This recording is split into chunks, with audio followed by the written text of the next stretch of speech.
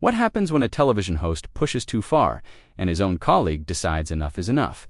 What happens when the cameras are rolling, millions are watching, and a weatherman becomes the one person willing to say what everyone else is thinking? This is the story of the moment Piers Morgan's world came crashing down, live on air. And it all started with one man who refused to stay quiet. Before we get into this, make sure you hit that subscribe button and drop a comment below telling me what you think about workplace confrontations. Now, let's dive into what really happened that morning. The Good Morning Britain studio was buzzing with its usual energy. Piers Morgan sat at the curved desk, his coffee steaming beside a stack of newspapers.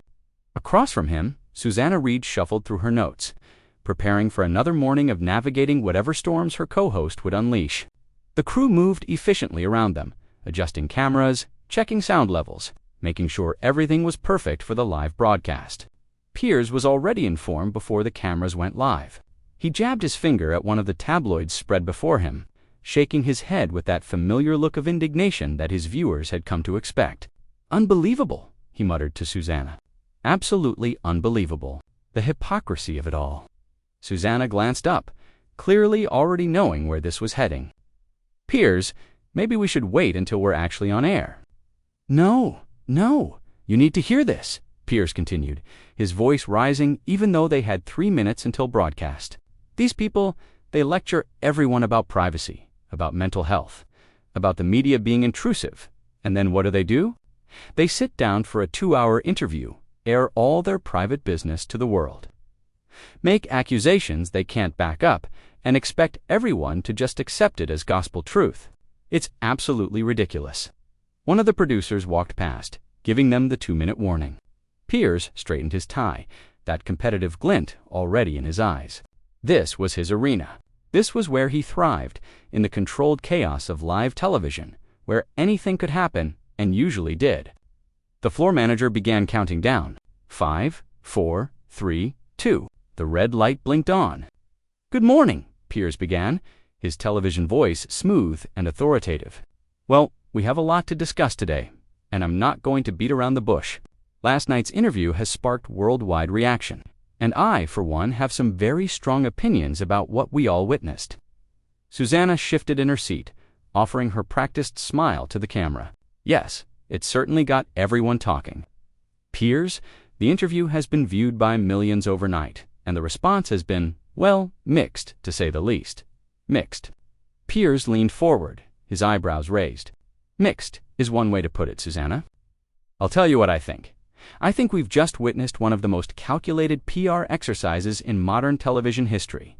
Here we have 2 people who wanted privacy, who left the country to escape media attention, sitting down with one of the biggest television personalities in America, making claim after claim, accusation after accusation, with absolutely no evidence to back any of it up."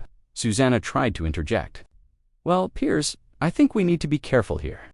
These are serious allegations they've made, particularly around mental health and ... Ooh, here we go," Piers interrupted, waving his hand dismissively. "Mental health.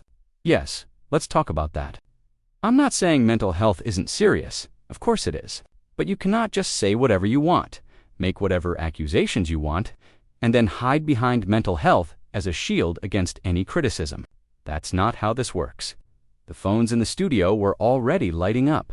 Social media was exploding. This was exactly the kind of controversy that made Good Morning Britain unmissable television, and everyone knew it. "I have to say," Piers continued, warming to his theme, "I simply don't believe what she was saying. I don't believe she was denied help when she asked for it. I don't believe that the institution she's talking about would just ignore someone expressing those kinds of thoughts. It doesn't make sense. And frankly, I think there's a lot more to this story than what we're being told." Susanna's expression tightened. "Piers, that's quite a strong accusation to make. You're essentially calling her a liar on national television." "I'm saying I don't believe her," Piers shot back. "There's a difference. I'm entitled to my opinion, Susanna. That's what this show is about, isn't it? Having honest conversations about the news of the day. Or are we now at a point where we all have to just accept everything we're told without question?" The morning continued in this vein, Piers becoming more animated, more insistent, while Susanna tried to provide balance and the production team watched the viewing figures climb steadily. During a commercial break, Piers was on his phone, scrolling through the reactions. "Look at this," he said to no one in particular. "Thousands of messages. People agree with me. They can see right through this." One of the producers approached Piers. "Just a heads up, Alex wants to say something when we come back from the next break. He's got some thoughts about the coverage." Piers looked up, slightly surprised. Alex Beresford was the weather presenter, not usually someone who waded into the kind of debates that Piers dominated. "Fine, fine. Let him have his say." What Piers didn't realize was that Alex had been standing in the wings for the past hour, watching, listening, and becoming increasingly frustrated with what he was hearing. Alex had been with Good Morning Britain for years.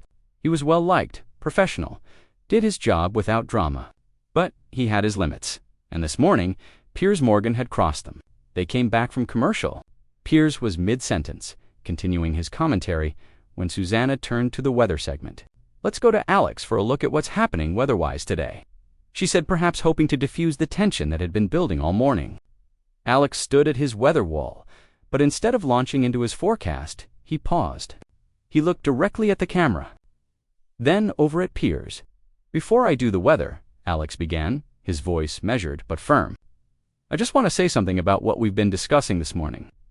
Piers looked slightly taken aback. This wasn't how things usually went. "Oh, here we go. Alex has got an opinion. By all means, let's hear it." "I think we need to have some perspective here," Alex said, turning away from his weather graphics to face Piers directly. "You've been sitting here for the past hour, absolutely tearing into these people, questioning their honesty, their integrity, their mental health struggles. And I have to ask, on what basis?" Piers shifted in his chair, his expression hardening.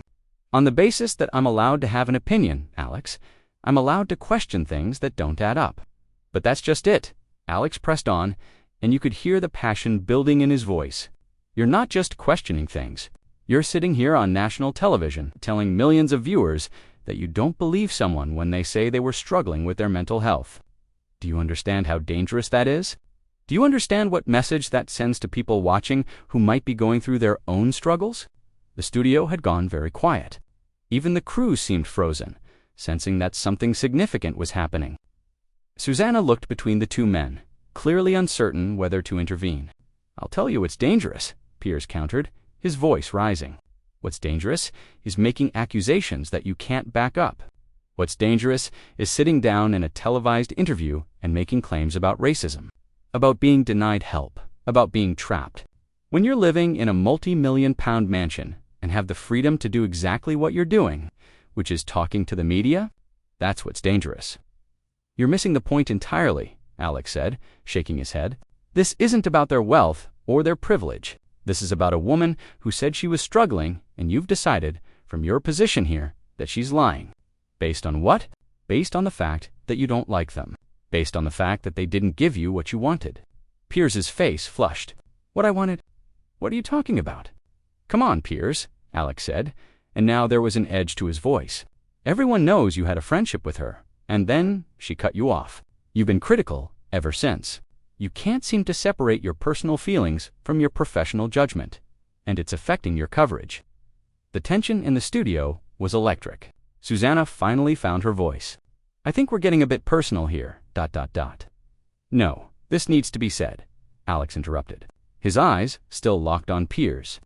"You sit here every morning with your opinions, and that's fine, that's your job. But when you start questioning whether someone was truly suicidal, when you start dismissing mental health struggles because you've decided you don't believe them, that crosses a line. That's not journalism, that's not commentary, that's just cruel." Piers stood up from his chair, his microphone still attached. "I don't have to sit here and listen to this from you, Alex. I don't have to take this kind of lecture from someone who reads the weather." "Then don't," Alex shot back. "But someone needs to say it. Someone needs to call out this behavior for what it is. You're using your platform to push a personal vendetta, and you're doing it under the guise of honest commentary. It's disappointing, disappointing." Piers's voice was incredulous. "You want to talk about disappointing? What's disappointing is watching the media completely abandon any sense of critical thinking. What's disappointing is that no one is allowed to question anything anymore without being accused of being cruel or heartless. I am entitled to my opinion." "You are," Alex agreed. But with a platform like yours comes responsibility. And what you're doing this morning, what you've been doing for weeks now, it's irresponsible. You're so consumed by your own feelings about being rejected that you can't see the bigger picture. You can't see how your words affect people. Piers ripped off his microphone. The sound echoed through the studio. I'm done. I'm not sitting here and taking this. I'm done. He walked off the set, leaving Susanna and Alex in stunned silence. Asterisk, the camera stayed on Susanna and Alex for a moment that felt like an eternity. Susanna's face was a mixture of shock and professional composure trying to maintain control. Alex stood at his weather wall, his chest rising and falling with the adrenaline of what had just happened. The studio crew exchanged glances, unsure of protocol. This wasn't a planned segment. This wasn't scripted drama. This was real, and it was unfolding live. Susanna cleared her throat, trying to regain some semblance of normalcy. Well, that was certainly unexpected. We're going to take a quick break, and we'll be right back. The moment they cut to commercial, the studio erupted into controlled chaos. Producers were on their phones, directors were shouting instructions, and Susanna pulled off her earpiece, looking at Alex with wide eyes. What just happened? She said, though it was less of a question and more of a statement of disbelief. Alex walked over to the main desk, still holding his composure, but clearly processing the enormity of what had just occurred. I said what needed to be said. I'm sorry if that caused problems, but someone had to. Alex, one of the senior producers, approached, his face grave. We're getting calls from upstairs. We need to figure out what we're doing when we come back from break. Susanna looked toward the exit where Piers had disappeared. Is he coming back? I don't know, the producer admitted. He's in his dressing room. He's not answering. Meanwhile, backstage, Piers Morgan was pacing in his dressing room, his face still flushed with anger. His phone was buzzing incessantly with messages, calls, notifications. The clip was already being shared thousands of times per second across social media. He threw his jacket onto the couch and stared at himself in the mirror. There was a knock at the door. Piers. It was one of the executive producers. We need to talk about what happens next. What happens next? Piers spun around. What happens next is I'm not going back out there to be lectured by a weatherman about how I should do my job. That's what happens next. The producer stepped into the room, closing the door behind him. Piers, I understand you're upset, but we're live. We have a show to finish. We need you out there. You need me. Piers laughed bitterly. You need me to go back out there after being ambushed on my own show? After being told I'm pushing a personal vendetta? No, I don't think so. It wasn't an ambush, Piers. Alex had something to say, and he said it. That's what happens on live television sometimes. Don't patronize me, Piers shot back. I've been doing live television longer than Alex has been reading weather reports. I know what happened. He decided to make a name for himself by taking me down. And you know what? Good for him. He got his moment. But I'm not going back out there. Back in the studio, they were 30 seconds from coming back live. Susanna was getting updates through her earpiece, her expression growing more tense with each passing second. He's not coming back, she said quietly to Alex, who had returned to his weather position. We're going to have to continue without him. Alex nodded slowly, the weight of the situation clearly settling on him. I didn't mean for it to go like this. I know, Susanna said, but it did, and now we have to deal with it. The floor manager counted them back in. 3, 2, 1. Welcome back to Good Morning Britain, Susanna said, her voice steady despite the chaos. As you can see, we're in a bit of an unusual situation this morning. Piers has stepped away from the desk following a very frank exchange with our colleague Alex Beresford. Alex, do you want to explain what just happened from your perspective? Alex took a deep breath.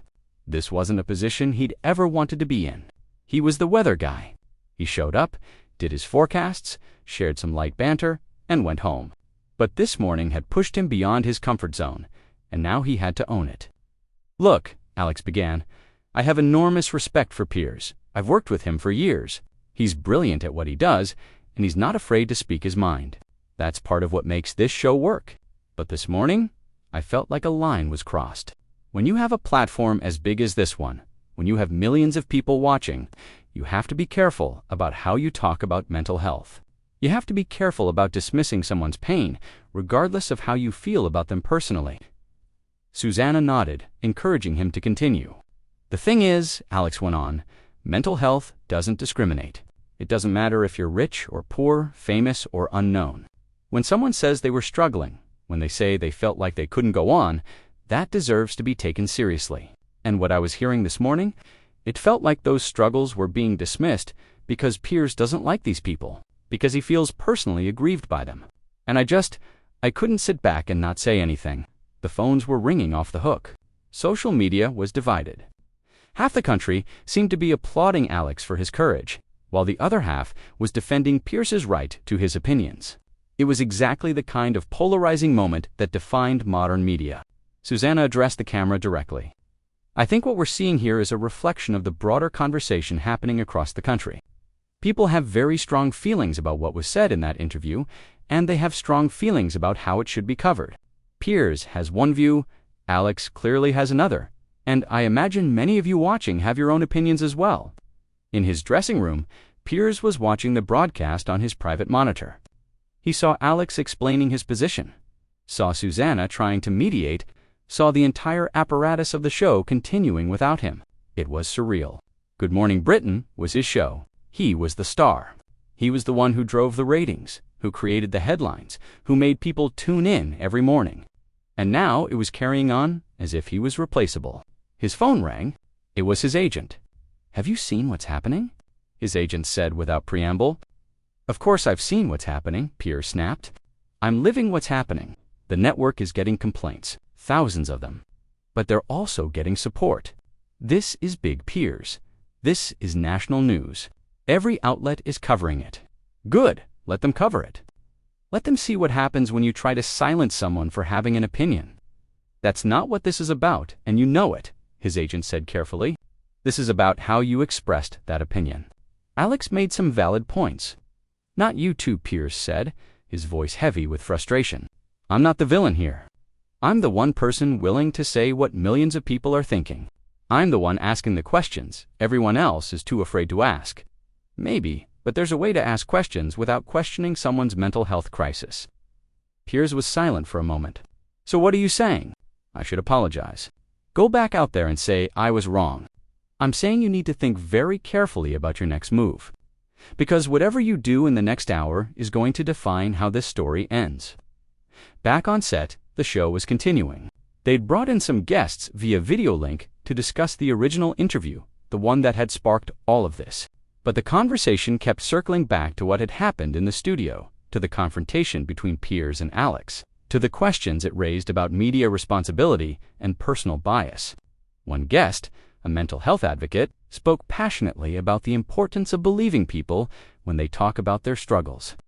When someone in the public eye dismisses mental health concerns, it sends a message to everyone watching that maybe their struggles aren't valid either. Maybe they're just being dramatic. Maybe they should just keep quiet. And that's a dangerous message. Another guest, a media commentator, defended Piers's right to skepticism. We can't live in a world where every claim made in a television interview is automatically accepted as truth. That's not journalism. That's not healthy discourse. Piers Morgan has built his career on asking tough questions, on pushing back against narratives that don't hold up to scrutiny. Are we really saying he should abandon that just because the topic is sensitive? Susanna navigated between these positions with the skill of someone who'd spent years managing Piers's provocative style. But even she seemed shaken by the morning's events. During another commercial break, she spoke quietly with the producers. What's the plan here? Is he coming back or not? We don't know, came the honest answer. He's still in his dressing room. He's watching the show, but he won't commit to coming back. Alex approached Susanna during the break. I want to apologize to you. I know this has put you in an impossible position. Susanna shook her head. You don't need to apologize to me, Alex. You said what you felt needed to be said. I just wish it hadn't exploded quite so spectacularly. Do you think I was wrong? Alex asked, genuinely curious about her opinion. Susanna paused, choosing her words carefully. I think you were brave. I think you made some important points. But I also think Piers has a point too, even if he expressed it poorly. The truth is usually somewhere in the middle, isn't it? We should be able to question things while also being compassionate. We should be able to have different opinions without it becoming this war. They were being counted back in. Susanna straightened her notes, preparing to continue steering the ship through these turbulent waters. We're back on Good Morning Britain, she said to camera. And we want to hear from you. What do you think about what happened here this morning? Do you think Piers was right to question what he heard in that interview? Or do you think Alex was right to call out how those questions were being framed? Give us a call. Send us your messages, because this conversation is far from over. The phone lines exploded. The first caller was patched through, a woman from Manchester. I just want to say, the caller began, her voice emotional, I think what Alex did was incredibly brave. I've struggled with my mental health, and hearing someone on television say they don't believe someone was suicidal, it made me feel sick. Thank you, Alex, for standing up. The next caller had a different view. I'm sorry, but I'm with Piers on this one. We're not allowed to question anything anymore. Everyone has to just accept everything they're told, or they're labeled as heartless. Piers was just saying what needed to be said. And so it went. Caller after caller, each with their own perspective, each representing a different slice of public opinion. The country was divided, and Good Morning Britain had become the focal point for that division. In his dressing room, Piers made a decision. He stood up, straightened his shirt, and walked toward the door. But he didn't head back to the studio. Instead, he walked past it, down the corridor, and out of the building. Back on set, Susanna was wrapping up another caller when she got the message through her earpiece. Her expression flickered for just a moment before she composed herself. Well, she said, addressing the camera with remarkable calm. I've just been informed that Piers will not be returning to the program today, so Alex and I will continue to bring you the rest of the show. Alex looked surprised but nodded. The reality of what had happened was sinking in for everyone involved. The show continued for another hour, but the energy had fundamentally shifted. Without Piers, the dynamic was completely different. Susanna and Alex worked together to cover the remaining segments, but the absence was palpable. Say what you would about Piers Morgan, he was the engine that drove the show, for better or worse. When they finally wrapped, Alex sat at the desk for a moment, processing everything. Susanna placed a hand on his shoulder. You okay? She asked. I don't know, Alex admitted. I meant what I said, but I never intended for it to end like this. I know you didn't, but sometimes these things take on a life of their own. A producer approached them. The network wants to see both of you upstairs.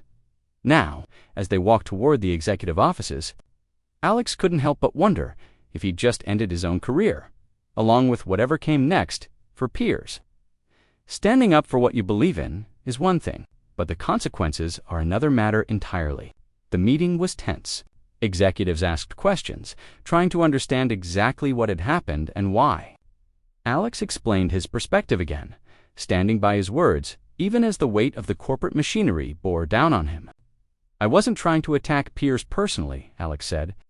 I was trying to address what I saw as a harmful narrative. If that was wrong, then I'll accept the consequences. But I won't apologize for speaking up about mental health. Susanna supported him, explaining that the confrontation, while unexpected, was rooted in a legitimate disagreement about how sensitive topics should be handled on air. Meanwhile, outside the building, Piers was already dealing with a media circus of his own making. Cameras were waiting, reporters shouting questions. He kept his head down, got into his car, and drove away without comment. By that evening, the story had become international news. The clips had been viewed millions of times. Think pieces were being written. Everyone had an opinion about who was right and who was wrong. Alex went home that night, exhausted and uncertain about his future. He'd done what he felt was right, but the cost was still unknown. His phone hadn't stopped ringing with interview requests, messages of support, and a fair share of criticism, too. The next morning, Good Morning Britain aired without Piers Morgan. Susanna sat at the desk with a rotating cast of guest presenters. But everyone knew something fundamental had changed. The show that had been defined by Piers's confrontational style was now searching for a new identity. Days turned into weeks, and the story evolved. There were discussions about broadcasting standards, about mental health awareness, about the line between honest commentary and harmful rhetoric. Alex continued his work on the show, though he carried the weight of that morning with him. What had started as a routine broadcast had become a defining moment in television history. A moment when a colleague said, "Enough is enough." A moment when the cameras captured something raw and real. A moment that sparked a national conversation about responsibility, respect, and the power of speaking truth, even when it's uncomfortable. The exchange between Piers Morgan and Alex Beresford became more than just a viral clip. It became a case study in workplace courage, in standing up for principles, and in the consequences that come when strong personalities collide over fundamental disagreements. And it all happened live, unscripted, and unforgettable. If you want to see more stories like this, make sure you hit that subscribe button. And I want to hear from you.